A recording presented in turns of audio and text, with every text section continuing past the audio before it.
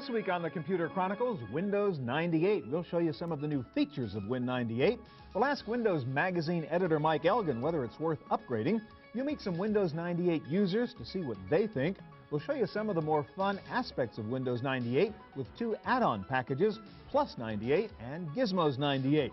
We'll meet the man who developed one of the popular alternatives to Windows, Mr. Linux, Linus Torvalds. Plus my pick of the week, the ultimate solution to email on the road. It's all coming up next on the Computer Chronicles.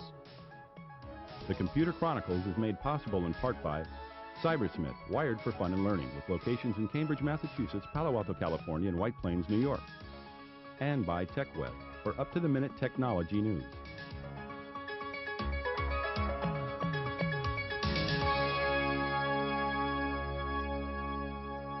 Hi, and welcome to the Computer Chronicles. I'm Stuart Chaffee. Well, Bill Gates and company have offered up Windows 98 now, and most users are saying, show me the value.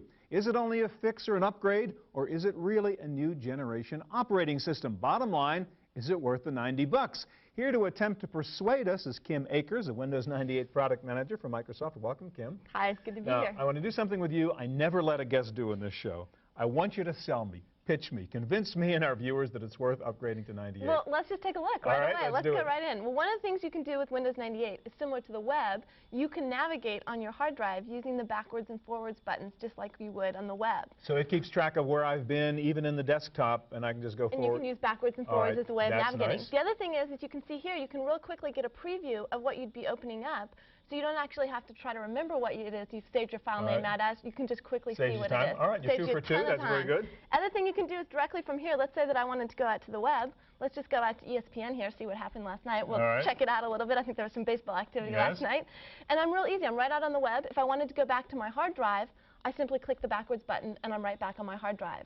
So no longer do you have to think about which application you want. You just go find the information. So this is all the web integration stuff everybody's heard about. It doesn't matter whether the information's on your hard drive or up on some server in cyberspace somewhere. Same access. Exactly. Exact same way of navigating. What else? Now, similar to how you use backwards and forwards on the web, links or hyperlinks is also something that's pretty helpful. So what we've done is we've redone help. Don't ever want to have help, but in case you do. In case something doesn't work. In case you do, what you can see is that now it's very similar to the web. It's all hyperlink based. I can simply click. Let's say I don't know exactly what I'm looking for. I just click through until I find the topic. So it looks like you're on a web page. Wherever the cursor is, the thing turns blue. It says I'm a link. It gets underlined. Click on it. Takes you somewhere. Exactly. We've also built in some new troubleshooting wizards. So instead of having to call into product support, you can now go ahead. You get put on hold. Oh, we would never do that to you. Right. You can go ahead and answer a couple of quick questions. You're the Microsoft and disc jockey. we'll solve some problems for you. So let's say you're having trouble printing. You can say you can't print out your document. You're on a local printer, and it'll go ahead and provide you some suggestions. Okay. Now, if you're still having trouble and you want more information, you have the ability to go directly out to the web. So right here we have this button called the Web Help. Go ahead and click on that, and it'll take me directly out to the Microsoft So automatically knows the right place to go on your website so I can get an answer to my question. Exactly. So again, in lieu of calling on the phone. Exactly. And you can even send product support an email, and they can answer your question. What else? Now, another new feature is something called Windows Update. This gives you one central location to get updates to your machine. So you get new updates to your operating system even after you walk into the store and you actually buy the product. We'll continue to sort of update that operating system. So you mean that's automatic? If I go to the Windows Update section, it automatically logs on to the portion of your website that looks at my machine, says, hey, you don't have the latest driver or the latest thing? Exactly. So what we do is we take a look at what's on your machine, and we come back and we say, hey, based on what you have on your machine, we think that you might want to install this security fix or this operating system. The forever current operating system. Exactly. Last thing, 1 minute, USB support. Let's know about that. Well, anybody who's ever tried to install a scanner will really, really, really appreciate USB support. So I'm going to need your help here. I have a scanner right here. This is a USB scanner. What I want you to do is plug it into the back of my machine there. I'm just going to, while the machine's on. Exactly. While the machine's on, you'll notice you've plugged it in here, and it's going to go ahead and identify that you've plugged in a device, what that actual device is. It's loading all the appropriate drivers. Now, you're not having to take apart your machine. You're not having to turn your machine off. Real easy to do. You can imagine. It doesn't say put in disk or find all that Nothing like that. And so now it's ready to go. So now all you need to do is put the picture in. And this is going to work. Hit the on button right there. It's going to bring up the imaging software. And I'm going to go ahead and say that we want to scan it in. And it's going to go ahead and automatically. You installed a scanner in 10 seconds. Couple of seconds. You're a good sales lady. Thank you, Kim. All right, well, we've heard the official Microsoft view. Now, let's talk to some users who have upgraded to Windows 98 and see what they think. Yuri Weinstein lives in San Francisco, but he often connects from his home to computers some 35 miles away. URI uses the multiple monitor feature of Windows 98 to open files on several machines at once, creating a kind of dual desktop. With multiple monitor feature, I can easily locate different machines. Let's say, for example, I connected to 2 machines and have them on separate monitors. So I don't have to have, press Alt, Tab, and switch in between different windows and do this stuff all over and over again. Windows 98 will accommodate up to 9 different monitors, although each one must be connected to a separate PCI card. While a desk full of monitors might be overkill for most home offices, URI would not go back to a single screen. I can tell that a lot of users probably will do the same as I did. Whenever you try and go through some setup problems or actions to get it running, you probably will never want to work on a single monitor anymore. Deep in Silicon Valley, Robert Scopel is another convert to Windows 98, but with a different focus. Robert is a conference planner who does a lot of business internationally. He was attracted by the new video conference support built into Windows 98. Okay. Well, let me take you to the new website I just opened up, and I'll show you around. On the weekends, I'm stuck working because I plan conferences all over the world. And like right now, I'm planning a VBITS conference in Frankfurt, Germany, and a conference in Tokyo also for Visual Basic programmers. So I need to communicate with them around the clock because obviously they're sleeping while we're awake, and they're awake while we're sleeping. Robert also makes use of Windows 98's NetShow to stream video from his conferences and the added support for shared applications to co-design conference web pages. The program's size and features are a far cry from the PC's first bare-bones operating systems. What is an operating system? That's really tough for me to answer. I'll leave that to the DOJ and Bill Gates. But I certainly like the added features. I certainly feel better when I get an operating system that has more stuff in it. For the Computer Chronicles, I'm Sarah O'Brien.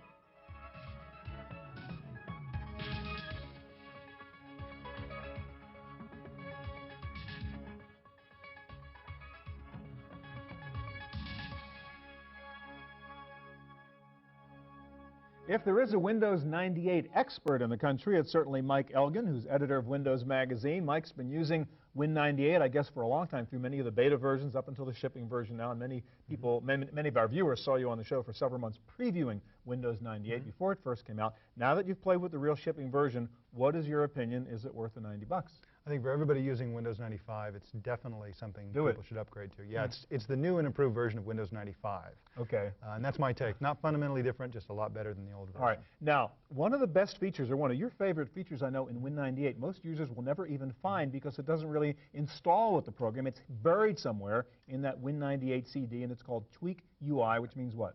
It's a utility that tweaks the user interface. UI is for user interface. Customized user interface. That's right. And Microsoft created this utility to address a lot of the complaints people had about what they'd like to do with the user interface. So don't get stuck with Bill's version of how to do the work. That's right. And for people who want to play around with the user interface, show us what you can do then. So it's called Tweak UI? That's right. Now I've got the Windows 98 CD in the CD-ROM drive, and I've searched for a file called tweakui.inf.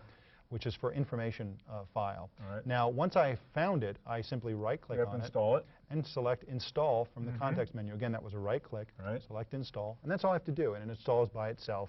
In the background, takes a couple of seconds. All right, now what are the kinds of things I can do? What can I tweak to improve my user interface to make it work better for me?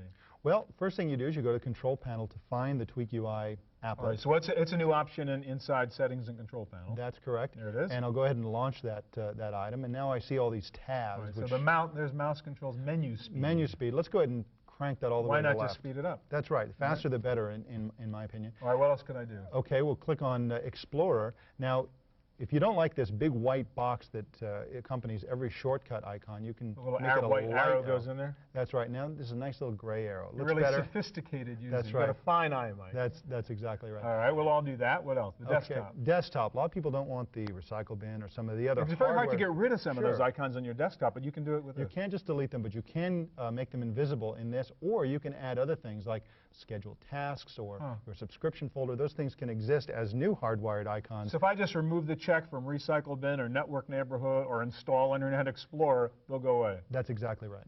All right, that's worth it. Okay, another one of my favorites is network. Now, when you log into the company network, it's kind of tedious every day to enter your name and password. Login, password, is that it? By entering it here and clicking on log on automatically, it does it for you. So you never have to enter another password. All right, so once you boot up Windows and get into that, the getting onto the network process is now automated also. Everything is automated, so you never have to enter any password. Saves you time. You don't have to remember what your new password is. That's correct. The downside, of course, is that other people can automatically get in by simply turning on your computer, so you have to be careful. Mike, there is a tab called Paranoia. Speaking of that, what in the world is the Paranoia option? Well, I can't tell you, Stuart. I can't tell you. This actually clears certain history trails that Windows leaves behind. For example, when you surf the internet, somebody can go in and look at where you've been. So all that back-forward business we saw before means somebody can actually afterward maybe go back and see where you've been, what you've done with your machine? Exactly. Now, if you don't want people to be able to do that, you can click on individual things like clear Internet Explorer history at logon. So when you reboot your machine, it wipes all of those things clean so nobody can see what you've been doing. So when the special prosecutor subpoenas your hard drive, it's clean and he can't tell what letters you wrote to some friend of yours. Exactly right.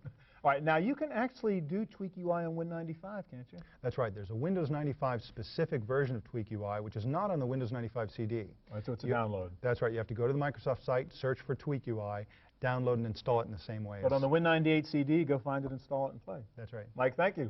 All right, well, it may be a Windows world for many computer users, but Microsoft does not own the whole PC operating business. There is a very popular alternative out there called Linux. Why is it called Linux? Because it was developed by a Finnish programmer named Linus Torvalds. Linus Torvalds is a 28-year-old software engineer from Sweden.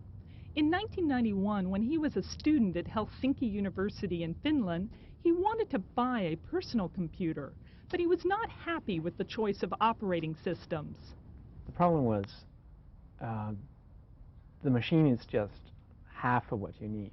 The other part is the software, and quite frankly, it just sucked.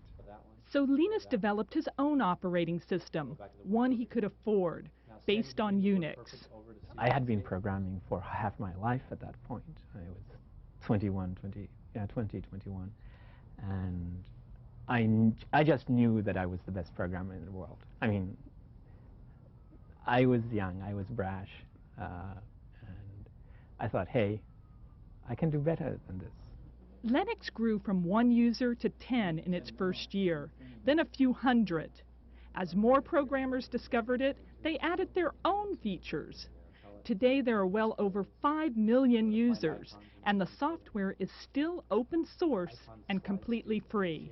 Thanks to a lot of programmers all around the world. I mean, it's been a lot of people working on it. But even the people who haven't actually made contributions in the form of code, there are lots of people who have contributed in testing out things, even when they didn't intend to. They did, by using it, they tested it. Linux took another leap in popularity this year when major computer companies, including Netscape and Oracle, announced their support of the operating system. There is plenty of free software available through the internet, but few commercial applications so far. So how can Linux compete with Microsoft Windows? Linus says the difference is in the way it competes. Linux doesn't compete on the terms of the marketplace. Linux competes on its own terms, which is that, yes, you can buy it on a CD, but if you buy one CD, you can install it legally on 100 machines. And if you don't want to buy the CD, you can actually install it directly over the internet. If Linux is given away free of charge, how can anyone build a business selling it? VA Research is one company that is not concerned by the lack of licensing fees. VA has built complete, ready-to-use Linux systems since 1993. The company now ships an average of 20 systems a day. They are no threat to Dell or Compaq yet. They're dependent on what works best for Microsoft. On the other hand, we have a lot of leeway there, and we have a lot of things that we can do to make those things better. We can add to Linux. We can develop code in Linux where it makes things more stable, more reliable, and supporting our hardware and our customers better. For Linus Torvalds, his creation may not provide him with a paycheck, but there are other rewards. It's great for your kind of self-esteem to have people use your system and really enjoy using it. It's a great feeling. I feel that I've done something relevant. For the Computer Chronicles, I'm Sarah O'Brien.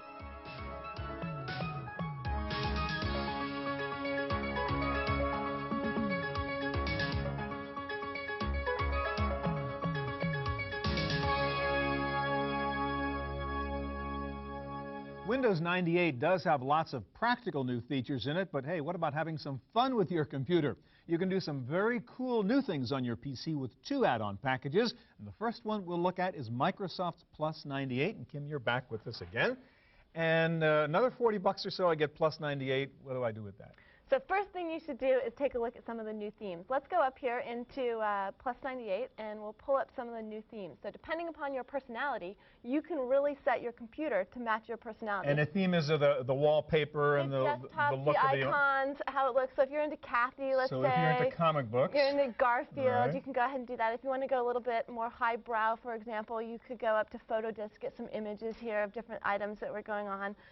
So this is more customizing your desktop to kind of look the fuzzy environment. Exactly how you want. Go ahead and get a screensaver that takes place at the exact same time. So really customizing your desktop how you want it to look and how you want to work. So let's go ahead and actually apply this Peanuts one here. We'll pretend that we're in the comic book mode today. World now. Yes, exactly. So you'll notice that, let me get out of there, and you'll notice that I have all sorts of different Peanuts characters here. All right. A couple of other things that you can do with Plus 98 is it comes with a new music CD player. So one of the problems... What's new about it? One of the problems you used to have is you used to have to type in every single song that was on your CD player. Right. With this CD player, it goes out to the internet and downloads all that information for you. So all I have to do is simply select the song. I don't have to... So on my desktop, I've got a list of all the music, and it says what it is, who's doing it, etc. Exactly. I don't have to memorize anymore. So every music CD I buy now, I can actually pull that information down from the the web. Yep, and it comes right down from the web. And then if you want to find out more information about the particular band that you're listening to, or go find other CDs that are similar sort of genre of music, you can get that all right from here. Further integration of the web. Exactly, making it easy to do that. All right, so music, what else? Now, for those people out there who think that they are sort of closet photographers, we have another tool for them, something called Picture It Express. What this does is this allows you to take all those pictures that you've scanned in using that USB scanner and go ahead and real easily modify them. So a little baby Photoshop built in or something like that? So let's go ahead and open up this picture that we scanned in a little bit earlier. And let's say that I wanted to change the edge effects. So I'm going to go ahead and change some of these. So I can really sort of customize and modify my pictures real easily. If I wanted to change the tint of this, I'll go ahead and say I'm done there, and let's go back in and change some more of the color tint or something like that. All I do is I simply drag these balls around, and you'll notice the colors changing as I go about doing it. So let's say that I like Photoshop for Dummies. Yeah, real easy to do. So real easy and lots of fun activities that you can do. There's also some games that come with Plus 98, but we don't want to play those right now. That would take up too much time. There is some serious stuff in Plus 98, right? It comes with what, a virus scan program? It does. It comes with virus scanning. The McAfee? McAfee virus scan. It comes with some tools to help you clean up old files that have been sitting on your hard drive, and a real easy way of compressing folders if you want to. So that's for the more serious side of it also. It's another $40 or so, you get all that stuff. Exactly. All right, Kim, thank you very much. All right, well, there is a whole software industry built on offering add-ons to Microsoft products. And one of the new entrants in the field is Play, best known for its snappy video capture card. But now Play has come up with Gizmos 98, and here to show it to us is the infamous Kiki stock camera. Welcome, Kiki. Hi, Stuart. Now, some people have seen you and I looking at the beta version at some of the trade shows of Gizmos 98. You got the real shipping version now. Absolutely. You got like 25 different applications, is it, that comes with this thing? Yeah, absolutely. All right, let's go through some of them. We don't have time to do all of them. First of all, what's the little bar at the bottom? Well, you know, there was a problem with, you have a lot of files on your desktop. How can we cram them in a small space? So we created what was called Launchpad. I kind of like to think of it as the conveyor belt for all of your different So that's all programs. the apps inside Gizmos there. Absolutely right. All right, so I see you got a bunch of clocks there. So you kind of like improving on what Microsoft has done with the typical accessory stuff? Absolutely. So our whole idea was we wanted to bring a little bit more of realism and add kind of a more of TV personality. Exactly. So this is just one of 4 clocks. This is a digital clock that you can actually use your CD to wake you up with music if you want to. Some other cool features. There's also a neat little analog one. So again, is that a little alarm clock kind of thing I see down there too? You can totally just have your own choice of whatever you want to do. All right, now you've also improved on the calculators, right? You got a whole bunch of different calculators out there that look real. Yes. That whole mathematical process, you know, we just can't seem to get it out of our scientific brains. Calculator. Yes, so this is what we call... That's the price of admission right there, the right? PC100, this is what we call AKA the brain. Okay. And one of the cool features is, you know, as I'm just kind of going through here and doing stuff, you can see it starts... paper roll. A paper roll, exactly. Now you can also print it out, and not only do we have the scientific calculator, but we have cool financial calculators, just a bunch of different stuff. Okay, now something really cool, what's it called, Picture Explorer, that lets you organize all the pictures on your hard drive? Yes. Now this was a big thing that I really wanted because, of course, being the snappy queen that I am, you know, I have all those images. Put all those images in, you don't know where they are, what they're called, how to find them. Exactly. So what you see here is you have little thumbnails, and just double-clicking on them, I can instantly, you know, access them. Now, I don't know if you remember in Blade Runner, they had this cool machine that allowed you to look at pictures and zoom in on them. Well, we can do the same thing. The Blade Runner and it even, you know, brings it to a really nice resolution. Now, does it automatically go out and find all the GIFs and all that stuff and put them together? It has a special cool little search file, so you can go through and search your hard drives and set up files and do the whole thing. Another thing I want you to show us quickly, you have an amazing little thing in here called Performer 98 that actually lets you kind of make slideshows, movies, commercials or something? Yeah, our whole idea is, think of it as kind of PowerPoint mixed with the television studio in a way. And again, just by double-clicking on the little apps down here, we'll bring up Performer 98, which we kind of look as the internet filmmaking tool, where you can take your own pictures, your own music, your own narration, make a little movie type thing and actually use it as a file which you could send an email? Exactly. And so just as a quickie example, this is actually something that I emailed to my mom last March. So what is it? This is a cool little email just about my birthday. I'd bring my birthday to you. And so you had stills, snappy grabs, I take it, and music and voiceover, and you're like a little movie maker here. Right, and the coolest part about it is what you're actually seeing is full frame, 60 frame per second transitions. This has never been done before. TV style stuff. That's right. So what we've done is we've kind of brought back the lost art of assembly language programming. And you're seeing here directly just a generic PC. This is all done in software. That's right. Two quick things I want you to show me, we're going to be out of time. You have a cube demo in which you do this incredible 3D rotation that really seems sort of impossible to do on a plain old PC. Well, you know, basically it's the nerd in us, Stuart. Basically, you know, we wanted to be able to show off the power that you have in your personal computer today. And again, this is not using any 3D accelerator card. PictureCube allows you to create your own cube where you have your own images. Now, I just popped on some different images here. This is called the Kiki Cube. That's just like show off what you can do, right? Yeah, exactly. And you can have a really impressive screensaver now on your desktop if you want. Now, I can also press a magical button here, the M key, and voila, not only can you have stills, but you can put video in there as well. All right, Gizmos 98 and 25 apps and what, 50 bucks or something like that? Absolutely. Very impressive, thank you. All right, that's our look at Windows 98, etc. I'll be back in just a minute with my pick of the week.